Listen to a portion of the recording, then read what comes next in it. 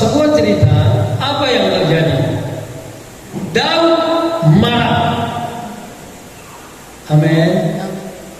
Daud marah kepada orang kaya yang mengambil milik daripada orang miskin. Sebagai seorang raja yang berwibawa, raja yang berkuasa, raja yang dipandang bangsa Israel, raja yang besar, dia mengambil keputusan. Dikatakannya, aku akan menghukum orang kaya ini. Dengan hukuman apa? Membayar ganti rugi 4 kali lipat dan kemudian dihukum mati. Di dalam kemarahannya, dia sebenarnya sedang menghukum dirinya sendiri. Amin. Tapi dia tidak sadar. Ini adalah fakta kenyataan yang terjadi di dalam kehidupan kita. Kehidupan orang percaya. Seringkali kita di dalam mengiring Tuhan, kita tidak peka, tidak merasa bersalah ketika kita jauh dari Tuhan, ketika kita melakukan hal-hal yang tidak benar. Mari kita melihat ayat 9, saya bacakan dulu. Mengapa engkau menghina Tuhan dengan melakukan apa yang jahat di matanya? Uria orang Het itu kau biarkan ditewaskan dengan pedang, istrinya kau ambil menjadi istrimu, dan dia sendiri telah kau biarkan dibunuh oleh pedang Bani Amon. Nah, perhatikan dengan baik. Sebenarnya Tuhan menunjukkan kepada Daud apa yang sedang dikerjakannya walaupun orang lain tidak tahu. Jadi ini penting amanginang bagi kita. Sangat penting menyadari walaupun orang lain tidak tahu, Tuhan tahu apa yang kita lakukan, apa yang menjadi motivasi kita, hati kita, pikiran kita. Dia mengerti dengan sempurna, dia tahu dengan sempurna. Tuhan tidak melihat kekurangan, kelemahan, keterbatasan Daud, tapi tuntutan untuk hidup benar di hadapan Tuhan. Itu yang Tuhan inginkan. Kita juga demikian, bukan hanya pengurus pelayan Tuhan. Kita ini semua kalau sudah dipilih di dalam Kristus, kita wajib taat kepada Tuhan Allah. Amin. Kita wajib melakukan tugas tanggung jawab kita sebagai wujud kita menghargai, menghormati Tuhan Allah, menghormati Yesus yang sudah memberikan segalanya bagi kita. Dosa Daud yang pertama yaitu apa? Dia melakukan hal yang jahat di mata Tuhan, ya, menghina Tuhan Allah. Ini yang menghina. Coba renungkan sebentar. Ketika kita membuat Tuhan Allah seolah-olah tidak tahu, kita sebenarnya sedang menghina Dia. Mengerti ya? Lagi boleh mati, ya kan? Kira-kira Tuhan nggak tahu apa yang kita lakukan? Tahu. Kira-kira Tuhan tidak tahu apa yang ada dan kita pikirkan sekarang ini? Halo, ibu atau Tuhan itu, ibu atau Jehovah itu, anak-anak di bahasa pikiran kan? Narong di rohata, Tuhan tahu dan Dia tidak tahu, tetapi Tuhan tahu. Amin. Berbahagialah orang kalau hatinya, pikirannya bersih pada saat beribadah. Tuhan akan memberkati. Tapi kalau kita menyimpang, lari ke sana ke sini, ya ditanggunglah apa nanti yang akan Tuhan lakukan, tindakan-tindakan Tuhan. Jangan berharap mulah lemdau berkati, ya tanggung sendiri. Amin. Karena Tuhan melihat semuanya. Jadi kalau kita memposisikan Tuhan Allah yang Maha Tahu seolah-olah tidak tahu apa yang ada di hati kita, di pikiran kita, perbuatan kita, bahkan ketika orang lain tidak tahu, saya dan setiap kita masuk di dalam kategori menghina Tuhan Allah, menghina Yesus yang Maha Tahu.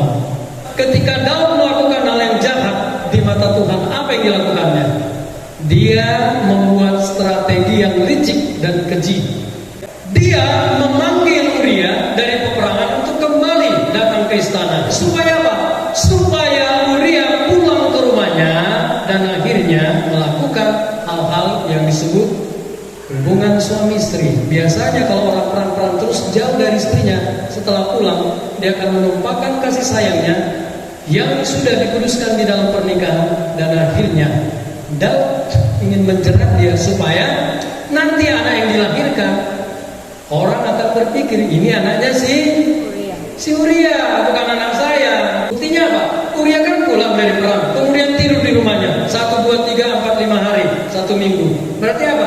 Ya namanya orang yang punya ya suami istri, ya berarti ingin mendapatkan keturunan dan seterusnya.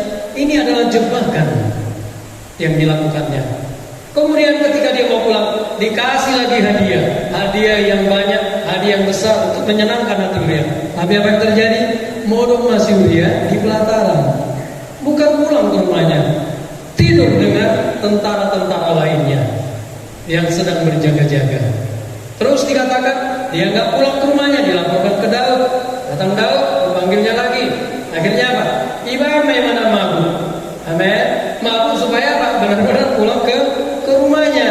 Alinang mapam, tetap dia tidak mau, karena dia adalah prajurit yang setia. Masakan aku enak-enak di sini, sementara teman-temanku berperang untuk negara, untuk kerajaan ini. Gak mungkin, ini tidak benar. Aku tidak mau bersenang-senang dengan keluarga, dengan istriku. Aku mau ya berjuang bersama teman-temanku prajurit di sana. Ini yang disampaikan oleh Uria. Karena tidak mempan lagi, apa yang dikatakan? Oke lah, kalau begitu, udah besok kau pergi, ya kembali ke peperangan. Tapi Daud membuat surat tulisan kepada Yoab, disampaikan supaya Uria ditempatkan di pertempuran yang paling sengit, yang paling hebat, dan lawan-lawan yang kuat supaya apa? Mati. Strategi ini berhasil dan akhirnya Uria mati. Amin. Uria mati, tetapi Tuhan melihat strategi yang keji, yang licik yang dilakukan oleh Raja Daud. Nah, ini dosa yang dilakukannya. Dosa yang utama adalah dia berzina mengambil Batseba sebagai istrinya. Keluaran 20 ayat 14. Jangan berzina. Tahu nggak Daud? Tahu Daud jangan berzina. Artinya apa? Itu bukan miliknya dia, itu bukan istrinya, itu istri orang prajuritnya yang setia. Tapi dia sudah melakukan dosa perzinahan. Karena dosa perzinahan, dia ingin menutupinya. Akhirnya dibuatnya strategi yang licik dan keji untuk membiarkan Uria mati dibunuh. Nah, oke, yang selanjutnya, apalagi dosa Daud? Kalau kita lihat, ya Keluaran 20 ayat 17 berkata, jangan mengingini rumah sesamamu, jangan mengingini istrinya, atau hambanya laki-laki, atau hambanya perempuan, atau lembunya, atau keledainya, atau apapun yang dipunyai sesamamu. Nah, Daud jatuh nggak di sini? Dia sudah melakukan mengingini milik orang lain. Nah, mengingat ini juga teguran bagi kita. Bagaimana dengan kita? Godaan dari si pencoba, dari si jahat itu akan selalu datang kepada kita. Termasuk saya, ya. Tidak ada yang kebal terhadap dosa, tidak ada yang kebal terhadap godaan. Amin. Tuhan Yesus saja dicobai oleh si jahat. Itu artinya apa? Tuhan ingin berkata kepada kita, jangan, kalau ada kecenderungan untuk memiliki apa yang dimiliki orang lain, putus itu secepat mungkin. Apa yang dimiliki? Bisa hartanya, bisa uangnya, bisa cincinnya, bisa kalungnya, apalagi bisa istrinya, suaminya, bisa kedudukannya, jabatannya, posisi orang lain, bisa kita ambil. Itu namanya mengingini. Dan di sini pun kalau kita perhatikan, seperti di ayat 15 Keluaran 20, jangan mencuri. Pertanyaan saya, mana kalau Daud? Dia nggak mencuri barang orang lain, tapi dia mencuri istri orang lain. Amin. Itakko mana tuh sudah setan? Itakko. Walaupun dia tahu itu adalah istrinya Uria, diambilnya, mengambil yang bukan miliknya sama dengan mencuri. Yang terakhir yang perlu kita lihat dari Raja Daud adalah pengakuan dosa. Ya. Saya bacakan ayat 13. Lalu berkatalah Daud kepada Natan, aku sudah berdosa kepada Tuhan. Dan Natan berkata kepada Daud, Tuhan telah menjauhkan dosamu itu, engkau tidak akan mati. Amin. Tuhan berkata, engkau tidak akan mati, dosamu sudah dijauhkan. Mazmur 51 ayat 5 dan 6. Saya bacakan untuk kita semua. Sebab aku sendiri sadar akan pelanggaranku. Aku senantiasa bergumul dengan dosaku.